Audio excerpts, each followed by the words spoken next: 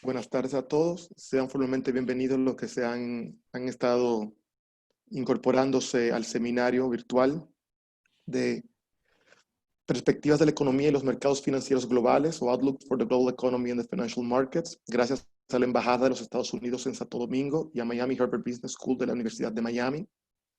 Ahora, oficialmente, quisiéramos comenzar este seminario. Quisiera dar la formal bienvenida a la embajadora de los Estados Unidos de América en la República Dominicana, Robin S. Bernstein. Por favor, señora embajadora. Sí. Muy buenos días y bienvenidos a todos. On behalf of the United States Embassy in Santo Domingo, I am pleased to welcome you to the 10th webinar in our higher education series. Promoting access to high quality education is one of our key priorities here in the embassy. And I'm so very happy that Dr. John Quelch, Dean of the Herbert Business School at UM, and Professor Paulo Leme, Executive in Residence, Professor of Finance at the University of Miami, and former CEO and Chair of Goldman Sachs in Brazil are here with us today. And I'm sure that my husband, who is an alum from the University of Miami, 64, is somewhere in Florida, and I hope you're listening in. But thank you for helping make this possible and connecting us through Dean Quelch.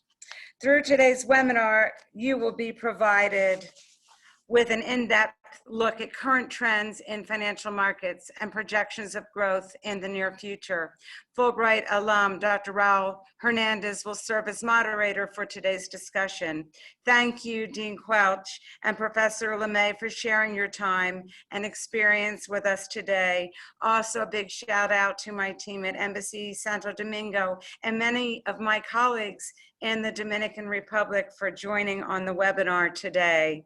I am so excited to see the opportunities for collaboration that arise from this series of virtual seminars. Thank you all again. Que Dios bendiga a la República Dominicana. Que Dios bendiga a los Estados Unidos de América. Que Dios bendiga a la Universidad de Miami, and of course the football team. My husband would kill me if I didn't say that. Estamos unidos. It's all about the U. Gracias. Muchísimas gracias por sus palabras, señora embajadora. Bueno, buenas tardes. Vamos a presentar y a dar inicio a la parte académica del seminario. Voy a introducir ahora al profesor John Quelch. El doctor John Quelch se convirtió en decano de la Universidad de Miami, Patty y Alan Herbert Business School el 1 de julio de 2017.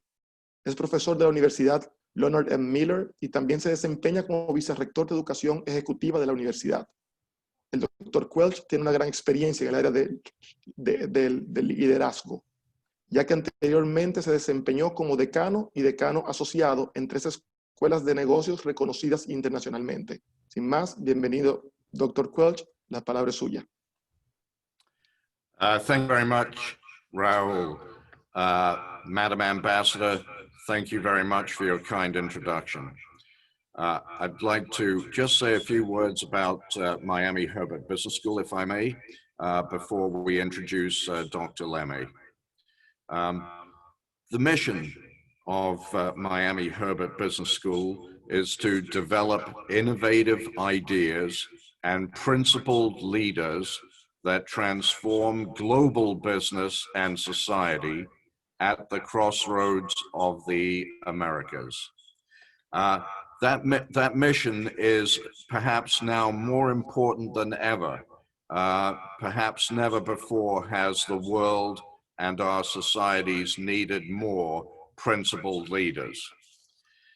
In terms of our work in leadership development, I want to highlight 3 areas. First of all, we are very strongly pivoting from face-to-face executive education to virtual delivery. And several of our principal company clients for non-degree executive education have in the last month or 2 successfully executed very, very important leadership development programs for their executives. We also, for current leaders, offer 2 additional programs. The Professional MBA program is a part-time program which traditionally requires 1 weekend a month on our campus. And then in addition, we have a Global Executive MBA program for more senior managers that typically requires a residency once every 3 months. And these programs are, of course, in hybrid format delivery at the moment and extremely popular with corporate leaders, not just in Florida or the United States. In our Global Executive MBA program, we have, I think, 8 countries represented, including several from the Caribbean.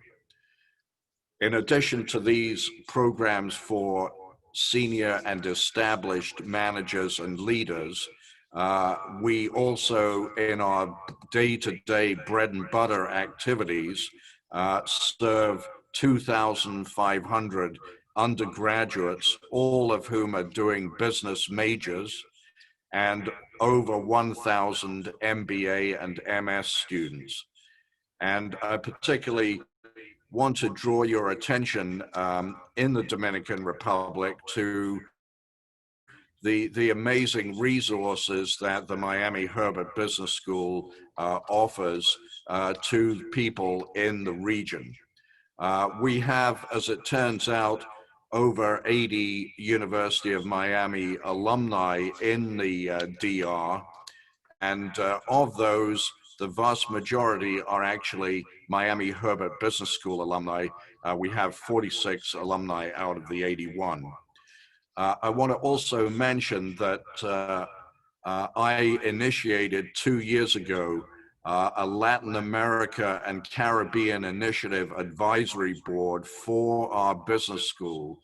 And we have on that board maybe 10 Caribbean representatives, at least 2 of whom have very strong Dominican Republic connections.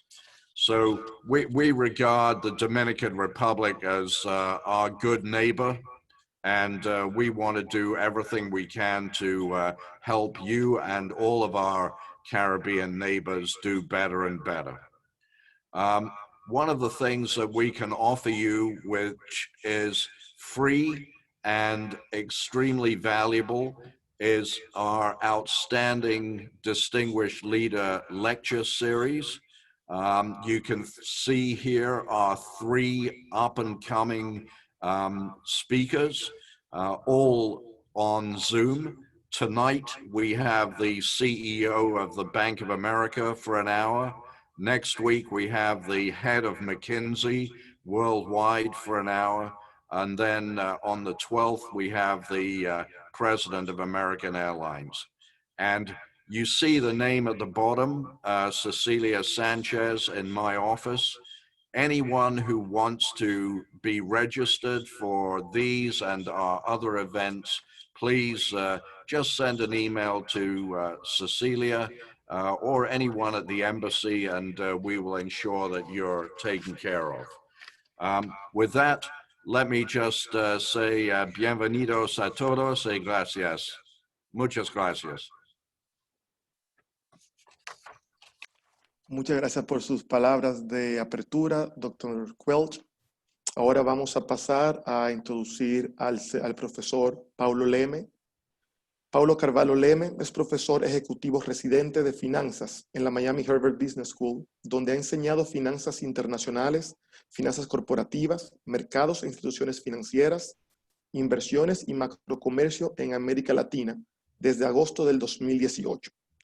El profesor Leme se convirtió en el presidente ejecutivo del Comité de Asignación de Activos Globales del banco privado XP Securities, que estoy viendo acá, y es el profesor que tendrá a cargo la presentación de perspectivas de la economía mundial y los mercados financieros. Sea bienvenido, profesor Leme. Muchísimas gracias. La palabra es suya. Muchas gracias, Raúl, Madam Ambassador, Bernstein, Dean Crouch, damas y caballeros. Encantado de estar acá con ustedes. Muchas gracias por la oportunidad. El reto es bien difícil. Mientras hablamos, yo veo los mercados moviéndose para todos los lados, la bolsa bajando, el tipo de cambio cayendo. O sea, es un escenario bastante difícil, con mucha volatilidad. Pero lo que les voy a pasar es una estructura para la cual pueda pensar cuáles son los ejes y los cauces principales que están moviendo la economía global, hablar un poco sobre el escenario de crecimiento, los riesgos para este crecimiento y cuáles son las consecuencias para los mercados financieros, no solamente los mercados internacionales, la bolsa, los tipos de cambios, muy importante también el precio de las commodities. No soy un especialista en la República Dominicana, me encantaría ser, pero voy a echarle unas palabras sobre lo que estamos viendo sobre la actividad económica y los riesgos, especialmente por el COVID. Entonces, eso es el plan. Entonces, si ustedes me permiten, voy a hacer un sharing de la pantalla y con eso empezar aquí la presentación.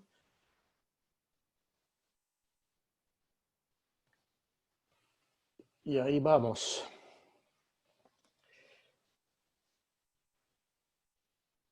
Entonces, la idea es darle un vistazo general sobre la actividad económica, las mudanzas que estamos teniendo recientemente sobre el coronavirus y su impacto posible en la trayectoria de la actividad.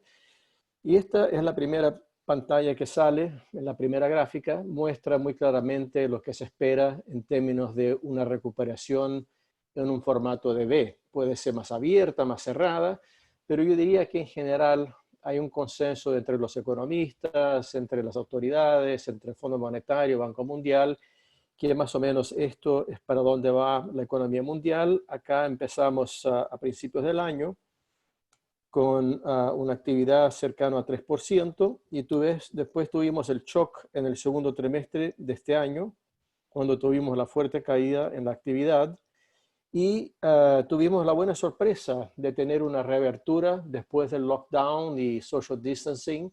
Ya en el segundo trimestre tuvimos no solamente una recuperación a nivel mundial, pero como también resultados impresionantemente sólidos para el tamaño del golpe en las empresas en el mundo.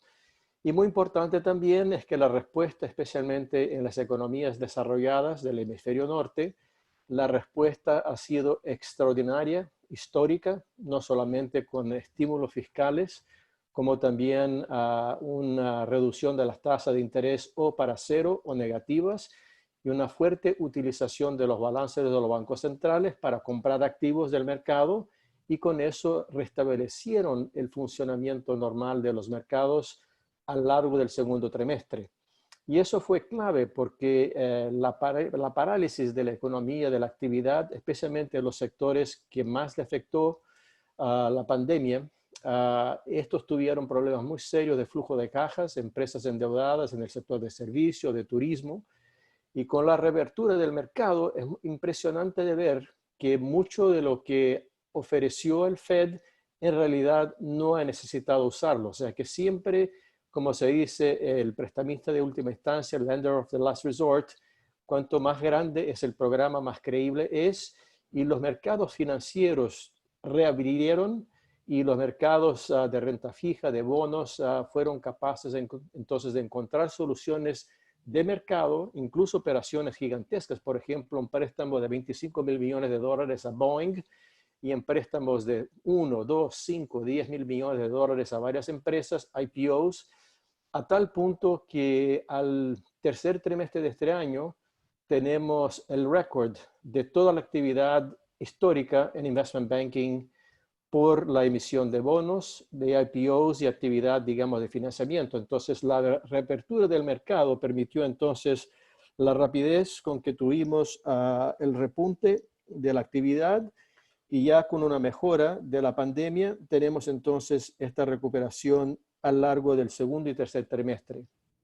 La interrogante, sin embargo, es ahora, o sea, que se viene o no la segunda ola de pandemia, y tenemos problemas, ya vemos en Europa, en los propios Estados Unidos. La preocupación es que ya al tercer trimestre, por ejemplo, datos de agosto, septiembre también, ya vemos que hay un brinco, o sea que hay una debilidad de la actividad de producción industrial, servicios también debilitándose, y eso que todavía no está capturando el fuerte golpe de la segunda oleada en Europa, que están cerrando las economías, y entonces es posible que tengamos un pequeño brinco acá en la serie, pero después retomando la actividad hacia el futuro. Es muy importante comparar lo que está pasando hoy, que es justamente esta caída en B, que es lo que estamos viendo con el coronavirus. Acá estoy mostrando el PIB mundial y comparo con lo que pasó en la crisis financiera del año 2008 y 2009. Y como podrán ver, yo diría que el costo en términos de pérdida de producto fue mucho mayor con la crisis financiera y fue mucho más largo, o sea que tuviste mucho más años y un periodo mucho más largo en términos de trimestres después del inicio de la crisis, en que tuviste más de desempleo, una actividad más débil, y en este caso es un choque real muy fuerte, pero por suerte, número uno, agarró a la banca en una posición financiera muy sólida por todas las reformas que se hicieron después de la crisis de 2008, y número dos, por la intervención muy saludable de la Fed y del Banco Central Europeo. Entonces esperamos que esta sea la recuperación, esta línea azul más gruesa, pero como les dije, hay que ver lo que va a pasar ahora en noviembre, diciembre y durante el invierno del hemisferio norte. Podríamos tener algo un poquito más demorado y ir por una línea un poco más baja, pero yo creo que la recuperación es el escenario central con que más trabajamos. Pero ya en algunos instantes, porque tenemos que hacer hipótesis sobre la pandemia, si se empeora, si se deteriora, si tenemos una vacuna, si no tenemos una vacuna. Entonces hay una serie de hipótesis de la dinámica de la pandemia que podrán acelerar la actividad o retrasarla. Y por eso es que el rango de incertidumbre, no solamente por la actividad mundial, como también para los mercados financieros, es sin precedentes. Yo les voy a mostrar la dispersión de proyecciones que existen en el mercado para darle un poco la idea de lo poco que sabemos y lo difícil que es hacer pronósticos. Entonces, esto es mucho más una orientación do que un dato puntual específico. ¿Y cuál es mi preocupación? Es justamente que ya antes de lo que se esperaba, hemos tenido desde septiembre, pero especialmente ahora en este periodo de octubre y empezando en noviembre, un deterioro, o sea, un arranque muy fuerte en una segunda o tercera ola de infección del coronavirus en Europa muy grave, varios países encerrándose en el lockdown también, y también especialmente los estados del norte de los Estados Unidos, un aumento muy preocupante del número de casos, también del número de enfermos.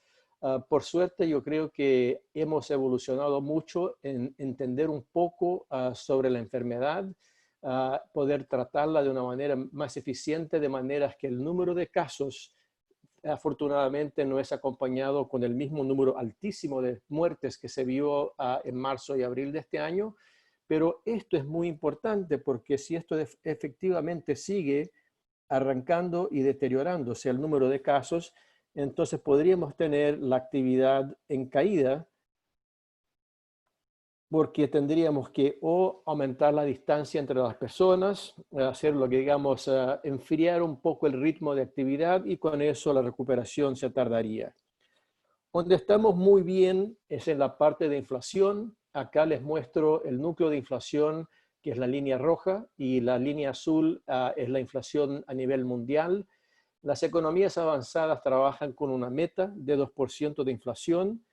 Durante los primeros días de la pandemia vimos una fuerte caída en el nivel de inflación. Por ejemplo, el precio de commodities, del crudo, por ejemplo, llegó en un punto en marzo a ser negativo, y ahora tenemos un repunte que tiene que ver con la recuperación de la actividad económica, y por lo tanto la inflación en realidad es la primera vez que es bienvenida, en el sentido que el gran miedo es que los precios siguieran cayendo y tuviéramos un proceso de depresión económica que gracias a la intervención de la Fed, de los gobiernos, de los congresos, al tener un estímulo fiscal y monetario muy intenso, justamente evitó tener un desplome mayor de la actividad económica y con eso evitamos una depresión económica.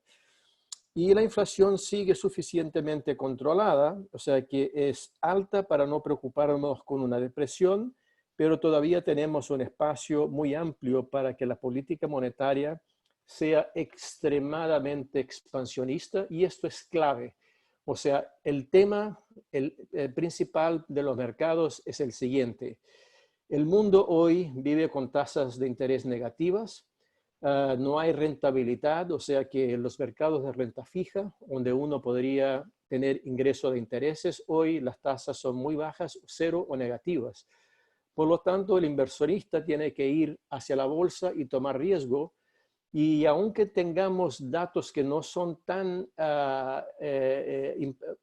positivos en términos de actividad, lo que tenemos que entender es que la liquidez es extraordinaria. O sea, tenemos entre bancos centrales casi 9 trillones de dólares de liquidez. Lo que está, por ejemplo, por entrar en el mercado, por ejemplo, en money market funds, en depósitos a vista, depósitos a plazo, certificates of deposit, o sea que es plata efectivo que puede entrar en el mercado, son otros 9 trillones de dólares, o sea que el poder de compra adicional es de más o menos de la magnitud de 17 trillones de dólares, que es equivalente a 3 veces la cantidad de emisión de todos los títulos de renta fija de bonos del mundo por año. O sea que es una cantidad de liquidez que es más grande que todos los ETFs, que es más grande que todos los money market funds. O sea que hay mucha liquidez y por lo tanto ese es el tema que hay que entender. Se ha decidido inflar las economías, se ha decidido depreciar las monedas y por lo tanto el inversor tiene que buscar dónde esconderse de una inflación futura, no de hoy, y eso básicamente lo lleva a activos financieros con mayor rentabilidad, como por ejemplo la bolsa, y eso explica también la búsqueda, por ejemplo, por el oro, que podría llegar a niveles mucho más altos de lo que está hoy. O sea que el inversor tiene en el larguísimo plazo, yo digo 2, 3, 5 años, que buscar protección contra la inflación y por eso que aún nosotros veamos señales negativos de actividad, yo creo que hay mucho combustible, mucha liquidez para seguir impulsionando los mercados financieros hacia arriba. Acá les doy un resumen, un pantallazo general que recién presentó el Fondo Monetario la semana pasada y les muestra justamente la actividad que viene en un ritmo de V, una proyección para la actividad mundial. Acá a la izquierda se proyecta 4,4 de caída del PIB mundial, pero con una fuertísima recuperación de 5,2% el próximo año. Y mucho de eso tiene que ver con una base de actividad muy deprimida, pero sin embargo la economía se recupera y para el año 2022 se espera una normalización que sería el regreso del nivel del PIB hacia el mismo nivel de febrero de este año. ¿Cómo vemos esto por países y regiones? Los Estados Unidos muy en línea con la economía mundial, una caída de 4,3, recuperándose 3% el próximo año. América Latina no tenía la capacidad fiscal, no tenía la capacidad monetaria de hacer los programas de expansión fiscal que hicieron los Estados Unidos, Europa, Japón, y por lo tanto ya venía en estagnación, o sea que viene ya de varios años sin crecer, y el golpe del coronavirus sin estímulo fiscal y monetario le va a pegar muy duro a América Latina con una contracción de 8,1%, afectándole especialmente a países como Argentina, Venezuela, o sea, un impacto durísimo. Y desafortunadamente le afecta, por ejemplo, a la República Dominicana, el Caribe, algunos países de América Central que en los últimos 3, 4 años han tenido un buen crecimiento, o sea, un crecimiento entre 3,5, 4, 4,5, cuentas en equilibrio, tanto en la parte externa como también las cuentas fiscales, pero este es un golpe muy duro, pero yo creo que a partir del próximo año se revierte. Lo mismo en Europa, que venía con un crecimiento menor que en Estados Unidos, le pegó muy duro, especialmente en marzo de este año. Ahora en octubre también le ha afectado bastante la actividad, pero igual a los Estados Unidos se espera una recuperación y así lo vemos para los otros países del mundo. Y es curioso notar en el último bloque, porque acá tenemos China y acá tenemos Asia, es la excepción. O sea, que en las regiones de grandes números de consumidores, en China, en Asia, yo creo que el impacto ha sido mucho menor. China, por ejemplo, no tendrá una recesión, tuvo una desaceleración hacia 2% de caída del PIB, pero ya para el próximo año creciendo entre 7, 8, 9%. Entonces, desaceleró, pero no entró en recesión.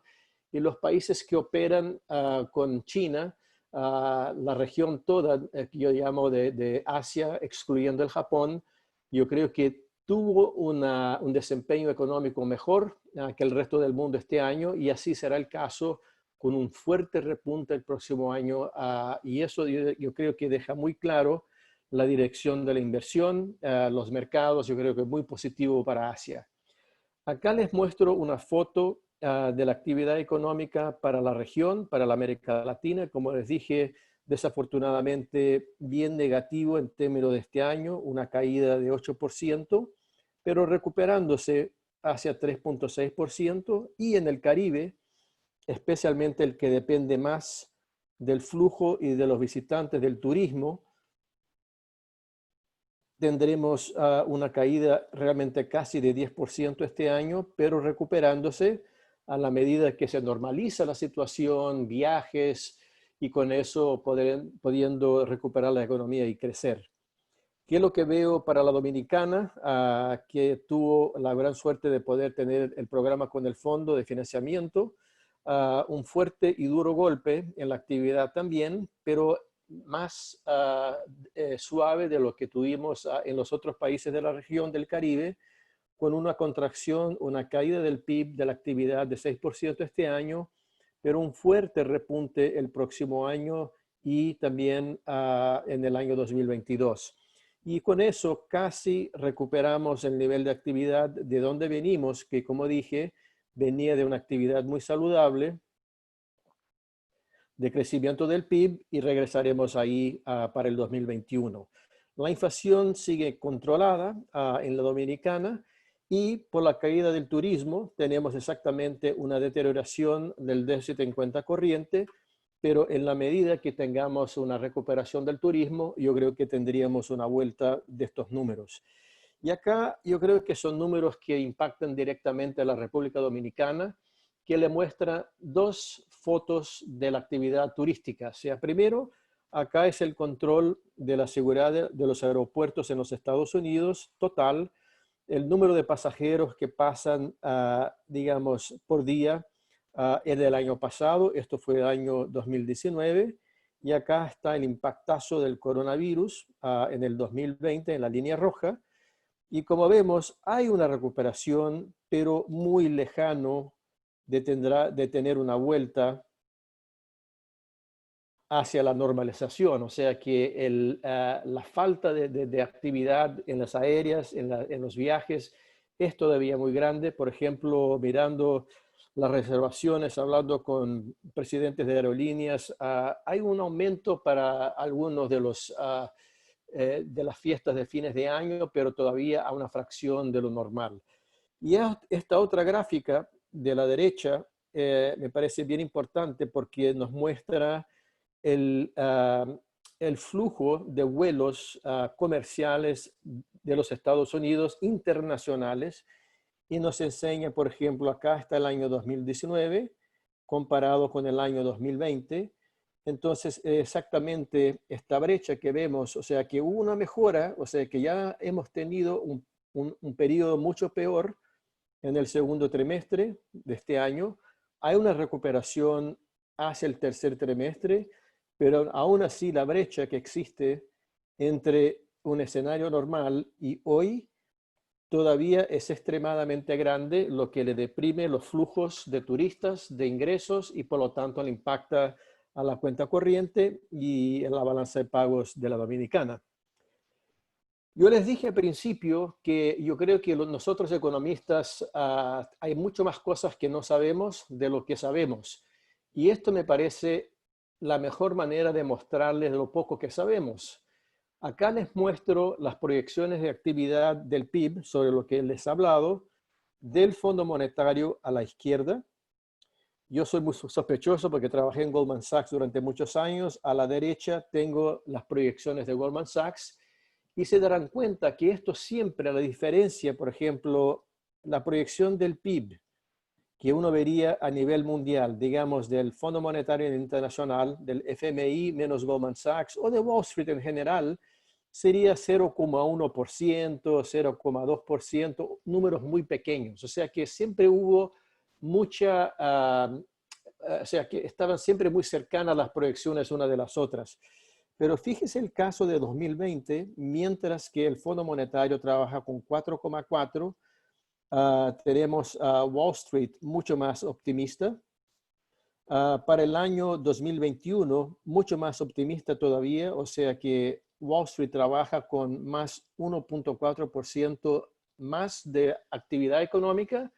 Y cuando llegamos a Estados Unidos, que es muy importante comercialmente para la Dominicana y para el mundo, la proyección de Goldman para el 2021 es de 5,8% del PIB de crecimiento para el 2021 y del Fondo Monetario tendremos solamente 3%, o sea que la proyección de Goldman es prácticamente 2 veces más grande de la proyección del Fondo Monetario, lo que es muy poco usual y que básicamente nos dramatiza la dificultad de hacer las proyecciones. Y hay las diferencias, primero, de la normalización de la segunda oleada de pandemia y, tercer lugar, un impacto que se llama cicatrización, que al tener el golpe que reduce el desempleo, cierra empresas, reduce el capital, las economías van a tardarse mucho más de regresar al nivel de actividad y por lo tanto hay un daño permanente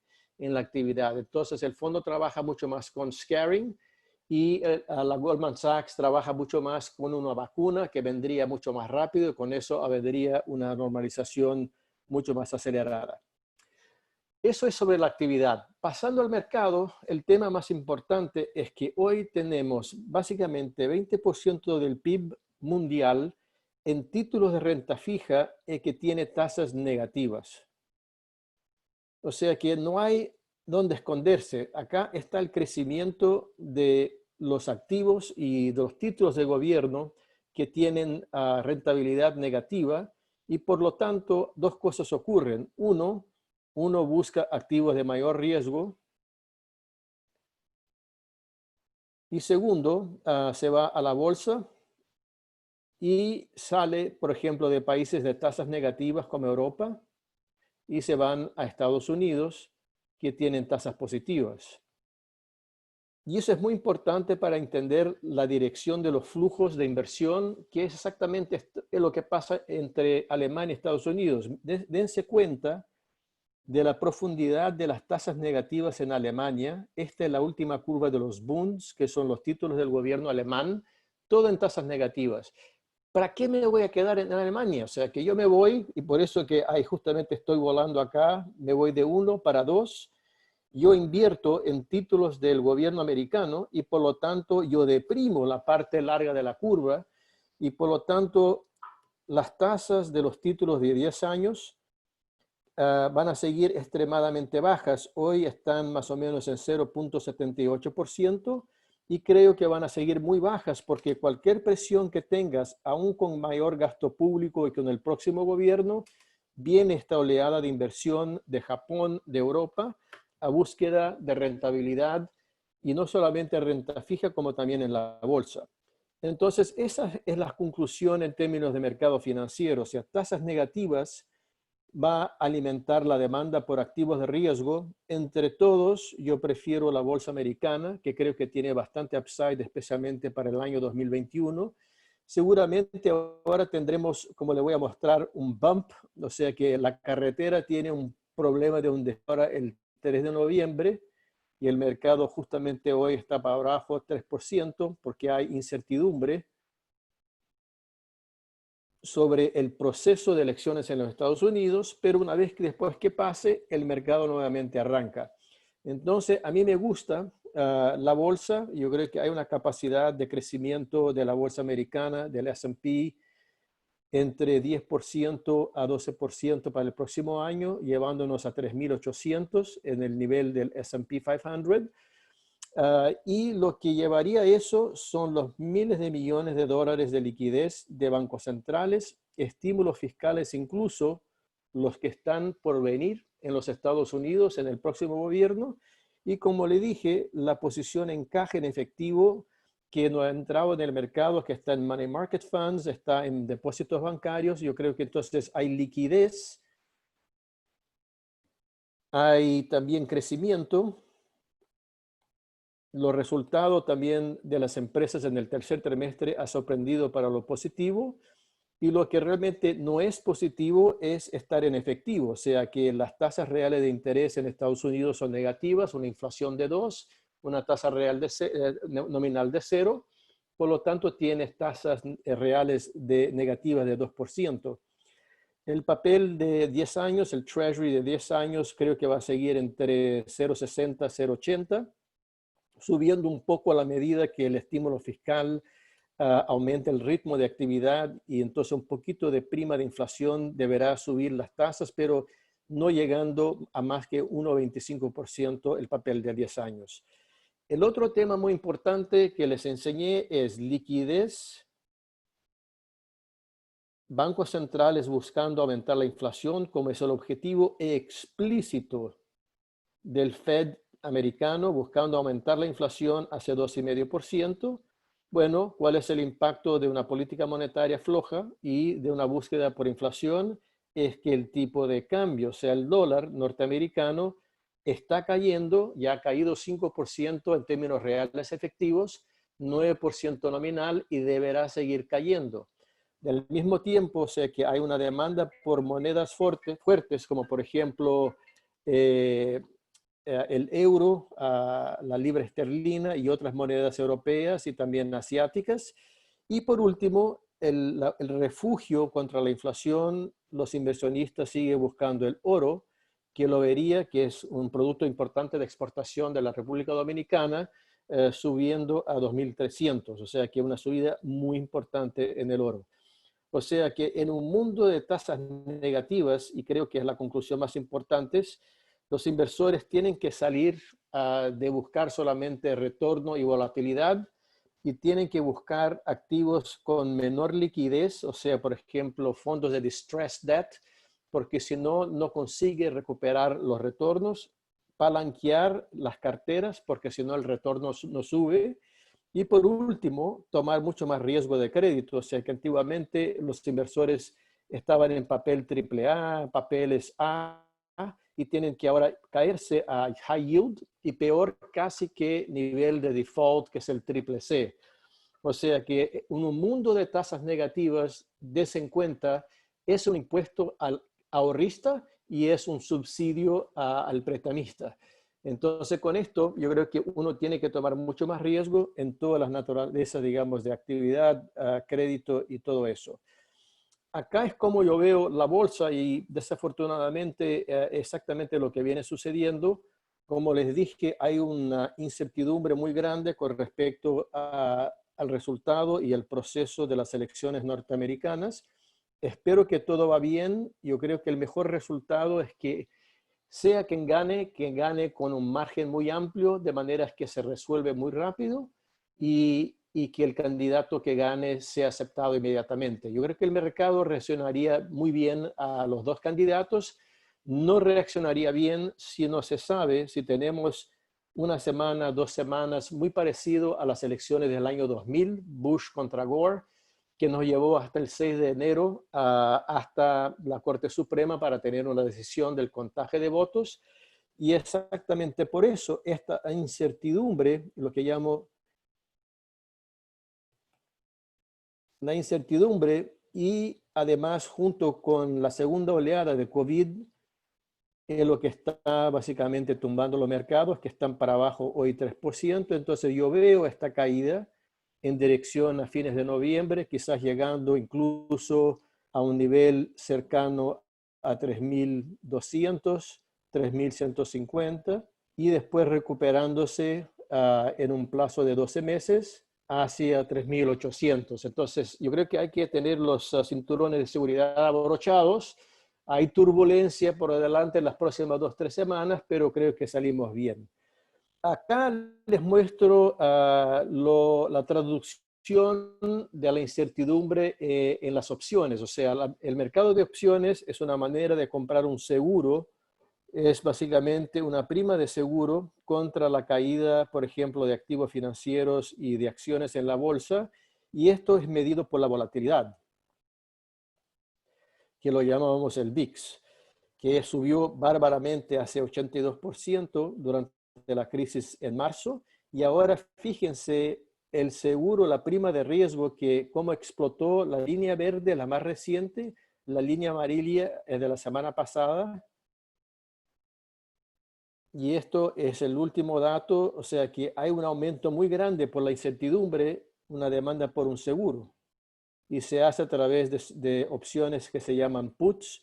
Y esta curva de volatilidad normalmente se llama SMILE, que es simétrica, y ahora está completamente asimétrica, porque solamente hay demanda por puts, que es para tener una protección caso el S&P tenga un bajonazo más fuerte de lo que les he enseñado. Como les dije, yo creo que la política monetaria y el aumento del déficit fiscal y del déficit de cuenta corriente americano ya explica y ya ocurrió una depreciación de 9%. La tendencia para el dólar medido por el índice DXY también es de devaluación muy fuerte. Yo creo que ese es otro tema muy importante. Y llegando casi al final, está el tema de las elecciones. Yo voy a dejar a quien vota que decida quién va a ganar, pero acá el mercado tiene una encuesta que se llama Predicted. También se usan varias encuestas y el mercado cree que diputados seguirá en manos de demócratas y que el Senado hay una probabilidad de 60% que de vuelta de los republicanos hacia los demócratas. Yo no lo creo. Yo creo que más probablemente sigue el Senado con los republicanos. Y esta es la previsión que el mercado tiene para la presidencia, que hoy está para Biden con una probabilidad de 65%. Y creo yo que esto está más o menos 50-50. Esta es mi impresión personal. Yo creo que las encuestas que vienen saliendo se ve que Trump viene muy rápido, casi llegando muy cercano en algunos de los estados muy importantes, pero vamos a ver el día 3. Y esto es una manera de traducir distintos escenarios. O sea, lo que yo hice no son mis opiniones ni de la universidad, pero si tomamos lo que el mercado está colocando en el precio en términos de probabilidades de Trump y Biden, con dos posibilidades, una con Blue Wave, en que gana el Senado, la otra sin el Blue Wave, o sea que no gana el Senado. Trump mantiene el Senado y Trump pierde el Senado. Entonces le atribuyo valores distintos a cuánto podría llegar el índice de la bolsa. Mírese, es tan volátil el mercado que desde ayer tuve que ya que cambiarlo para abajo, pero lo que hay básicamente, lo que está implícito, perdóname, lo que está implícito es que el mercado está barato en 4%, lo que quiere decir que hay una prima de riesgo de las elecciones de más o menos 4,5%, y si se resuelven las elecciones bien, yo creo que tienes un upside de 4,5% al eliminar esta incertidumbre. Para concluir, yo creo que el escenario central es una de recuperación, probabilidad de 60%, pero como todo en la vida, tiene una distribución para los dos lados. Yo creo que el escenario más probable de 60% es un escenario que hemos discutido. Hay un escenario de 20% de probabilidad mejor y un escenario con 20% de probabilidad peor. El escenario mejor sería en que los médicos y los investigadores consiguen no solamente medicinas más eficaces contra el coronavirus, pero además una vacuna lo más rápidamente posible. esto te lleva a una normalización y por lo tanto la recuperación es mucho más rápida y con eso el mercado puede subir mucho más. Pero hay un downside scenario con una probabilidad de 20%, es que en primer lugar, es que las elecciones en los Estados Unidos es tan pareja que quizás tendremos que esperar días, quizás semanas para tener un resultado, y es la incertidumbre que el mercado no consigue manejar y por eso es que compra puts por la incertidumbre. El segundo lugar es la intensidad de la segunda oleada del coronavirus y no sabemos también cuál es el impacto, digamos, de cicatrización, o sea, cuánto del stock de capital, de empleo y de conocimiento, un ciclo, digamos, de pandemia más largo, digamos, de más de un año, año y medio, quizás pueda disminuir el PIB potencial. Acá les dejo mi contacto, mi email, con mucho gusto, encantado les contesto. Entonces, para resumir, yo creo que tenemos un escenario de recuperación, pero los riesgos son bastante importantes, algunos para mejor, otros para peor. Hay una incertidumbre que se refleja en la dispersión de proyecciones, pero en términos de mercado financiero, yo tengo un optimismo que la liquidez inyectada por los bancos centrales va a seguir impulsionando la bolsa para arriba, pero sin embargo el dólar para abajo y las commodities, petróleo, metales preciosos, oro, la plata, como también los metales industriales, cobre, zinc, aluminio, todos estos para arriba. Bueno, ya me extendí demasiado, Raúl, entonces te paso la palabra de vuelta y les agradezco mucho la atención. Muchas gracias. Muchísimas gracias, profesor Leme, de verdad que es una presentación muy, muy buena, muy efectiva en ir directamente a los puntos quizá más importantes en este momento. Como usted menciona, un momento con mucha incertidumbre, que todo aparenta que vamos hacia adelante, pero qué tan rápido es lo que está muchas veces en discusión.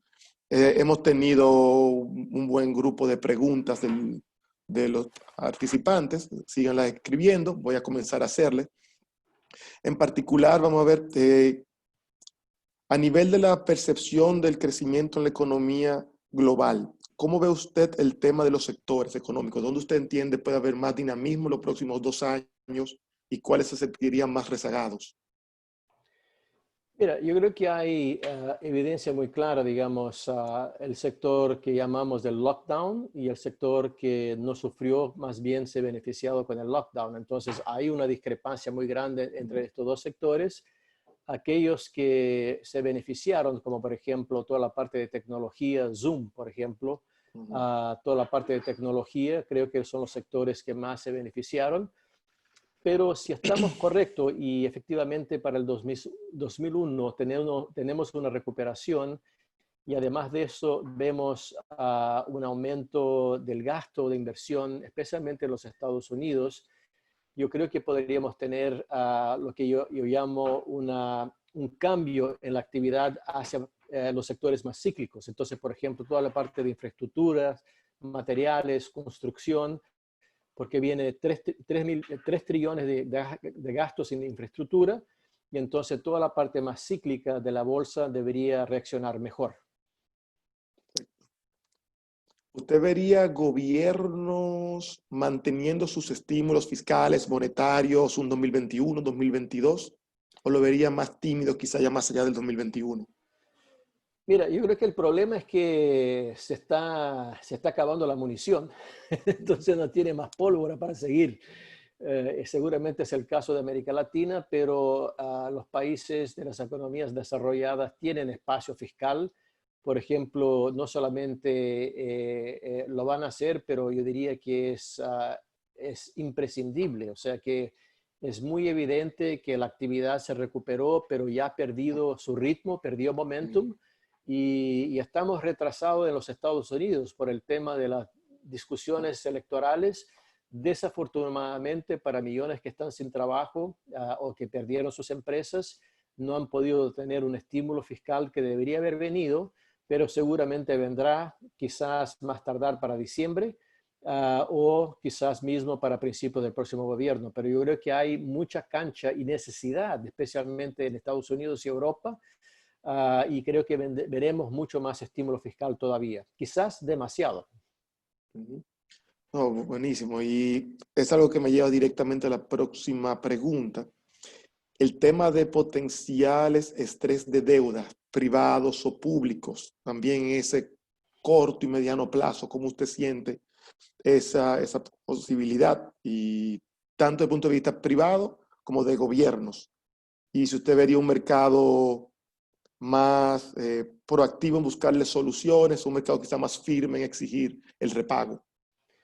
Mira, excelente pregunta, Raúl. Era, por ejemplo, si yo me pongo a pensar lo que yo estaba imaginando en marzo, ¿no? Era exactamente tu pregunta. Entonces, caen los ingresos, las empresas entraron, especialmente las empresas no financieras globales, especialmente en Estados Unidos y Europa, entraron el año de 2020 muy endeudadas porque las tasas de interés, los tipos eran muy bajos, entonces la estructura de capital de las empresas las llevó a un sobrepalanqueamiento con mucho más deuda que equity.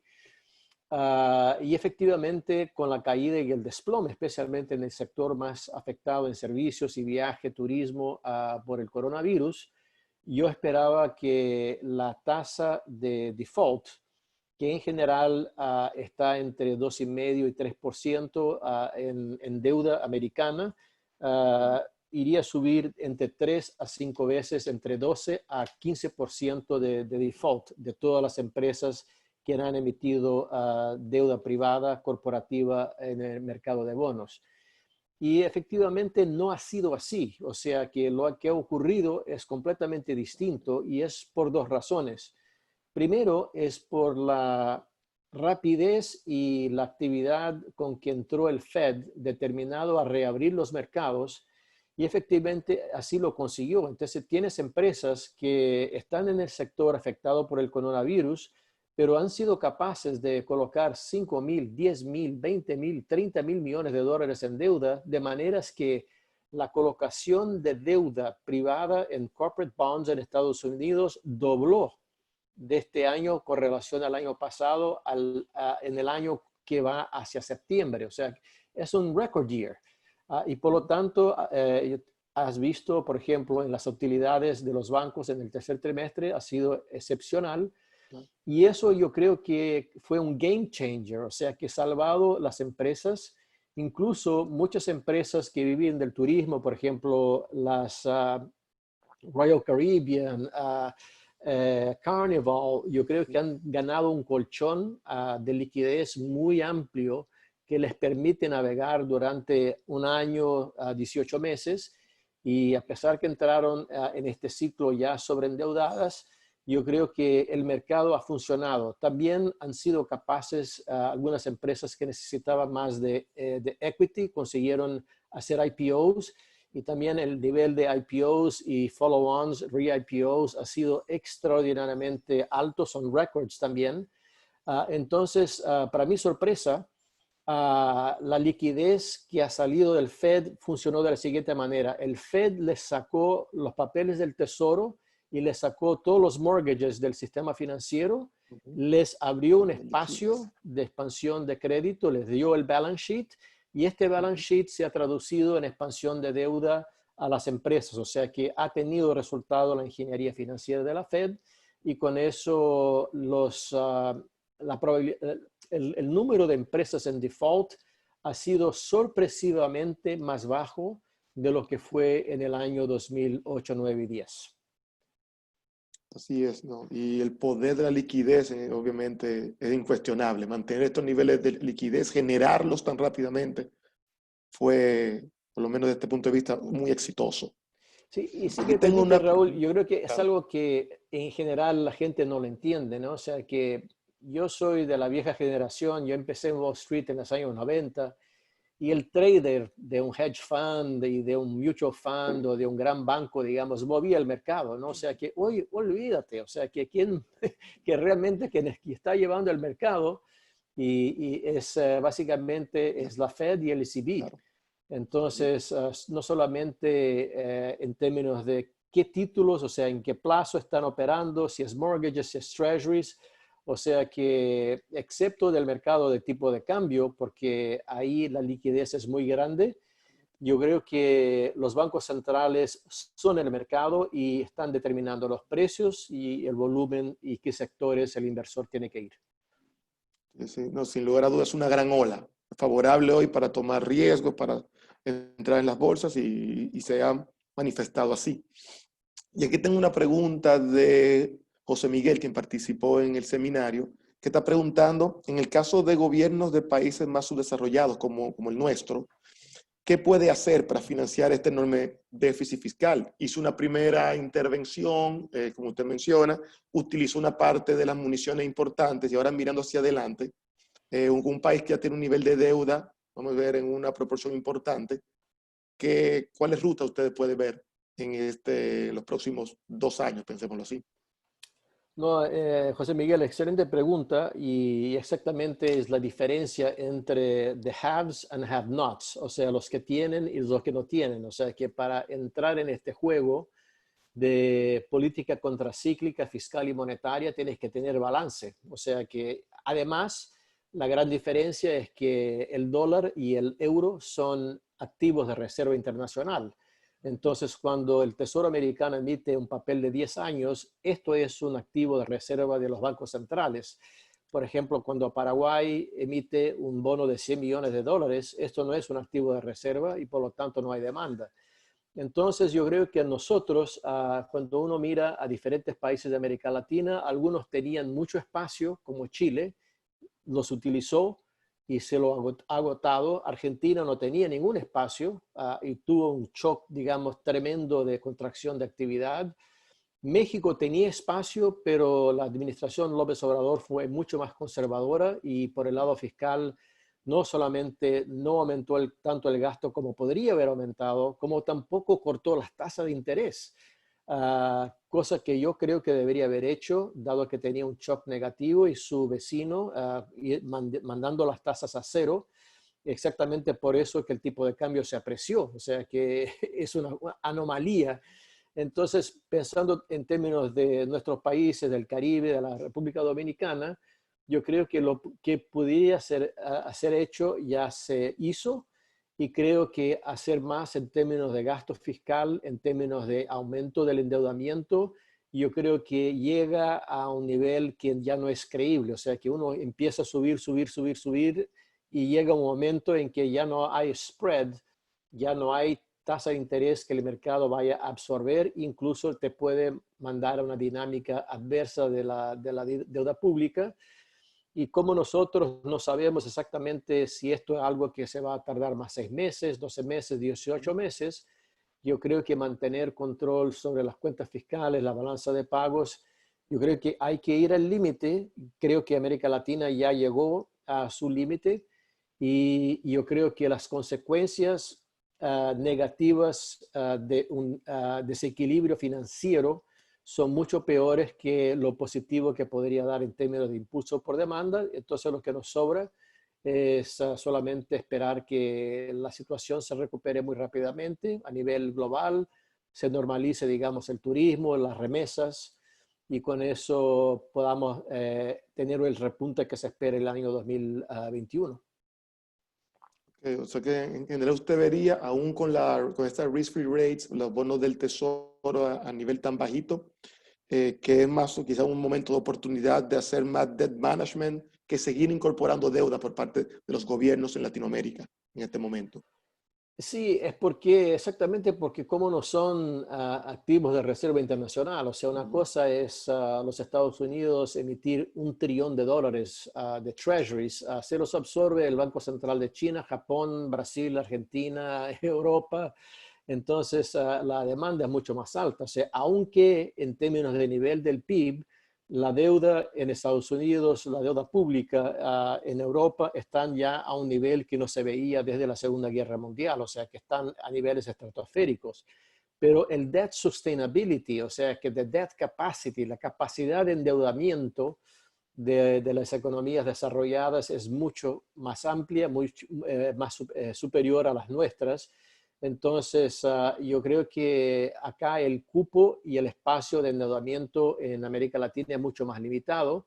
Por ejemplo, Brasil, que tiene una balanza de pagos muy bien manejada, básicamente su cupo fiscal se agotó, incluso está con un nivel de deuda muy cercano a los 100% del PIB, y el mercado ya empieza a dudar de su capacidad de repago para el próximo año en lo que es la deuda interna. Entonces, nosotros tenemos una demanda por nuestros activos en moneda local mucho menor, y por lo tanto el endeudamiento público tiene que ser hecho con demasiado cuidado. Buenísimo. Quizás dos preguntitas más por la hora ya. En el tema de Latinoamérica también, viendo un poco que hay varias preocupaciones sobre qué se puede esperar para el hogar típico en Latinoamérica en los próximos años, sale mucho el aspecto de desigualdad, posible presión social y posibles consecuencias también a nivel de la política que se generen esas conversaciones ante esos escenarios de presión social. ¿Cómo ustedes ven un poco esas rutas hacia adelante? Sin lugar a duda, como usted mencionó, hay haves y los have not, y se ve ahora más evidente esa diferenciación. ¿Alguna ruta para que se cierre, que se mantenga, se abra más en los próximos años y sus consecuencias? Mira, es una pregunta muy importante y con una respuesta muy difícil, ¿no? Yo creo que vamos a empezar mirando el año de 2019. O sea, lo que me llama la atención es que tuvimos un shock que no se ve en un siglo, o sea, que se llama literalmente a 100-year shock, que ocurre una vez a cada 100 años. Y sin embargo, yo creo que una población sufrida, con mal servicio de salud, con malos atendimientos de salud, ha tenido un impacto bastante, digamos, noble y muy paciente. O sea, que porque arrancamos el año, encerramos el año de 2019 con una crisis política, con una oleada de violencia que empezó en Chile, se fue para Ecuador, para Colombia, Argentina, o sea, que estuvo por todos los lados. Y yo temía mucho, digamos, que las condiciones iniciales ya de pobreza, de desigualdad, de desempleo en todos los países, algunos peores que otros, Venezuela también, yo creo que sería un golpe durísimo, que justamente iría a testear la estabilidad política. Y para mi sorpresa, yo creo que han tenido un comportamiento muy noble y muy digno, y han podido absorber una dificultad enorme, no solamente de desempleo adicional, pero lo más importante, de no tener el tratamiento de salud que han tenido las poblaciones del hemisferio norte, ¿no? Entonces, yo creo que todo dependerá, Raúl, del plazo en que esta crisis persista, digamos, si son 6 meses más, si son 12 meses más. Yo preferiría estar en el escenario de Goldman Sachs, que la crisis se recupera ya para el 2021, tenemos crecimiento mundial recuperándose, y con eso yo creo que puedes gradualmente disminuir la presión, especialmente la presión social y política, pero si me equivoco y está más para la línea del Fondo Monetario y que tiene scaring effect, no solamente se retarda o se retrasa la recuperación, como también es muy débil, y con eso no se recupera la tasa de desempleo, no baja, los ingresos no suben.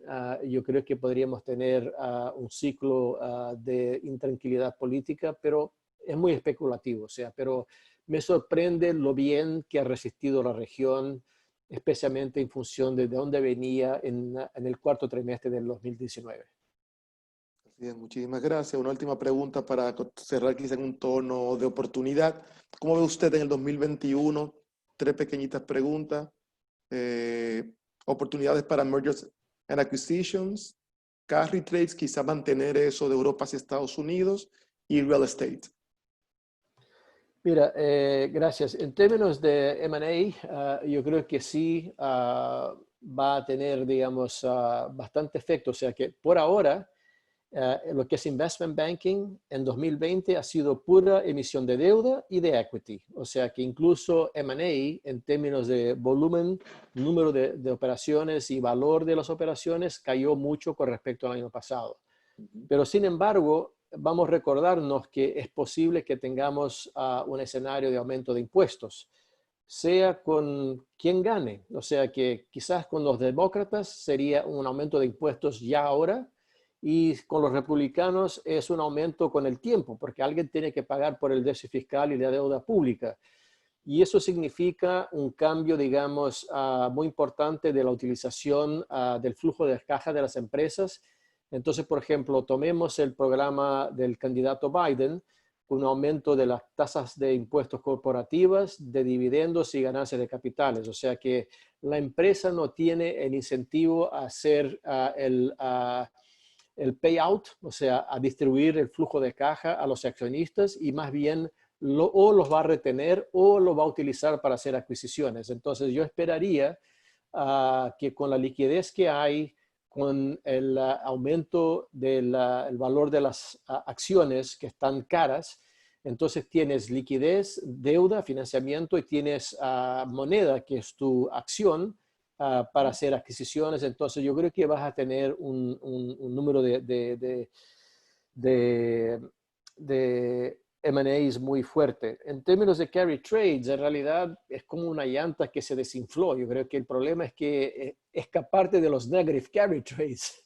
Entonces, más bien es muy difícil. De repente México, por ejemplo, el peso mexicano es un tipo de cambio competitivo, no tiene que devaluar. Yo creo que han mantenido tasa de interés más alta de lo que debería, y por lo tanto es una de las pocas monedas, pero en términos de carry trade hay muy pocos. El equivalente es muy difícil hoy conseguir en la renta fija una rentabilidad que eso conseguía hace un año, 2 años, mucho menos hace 10 años.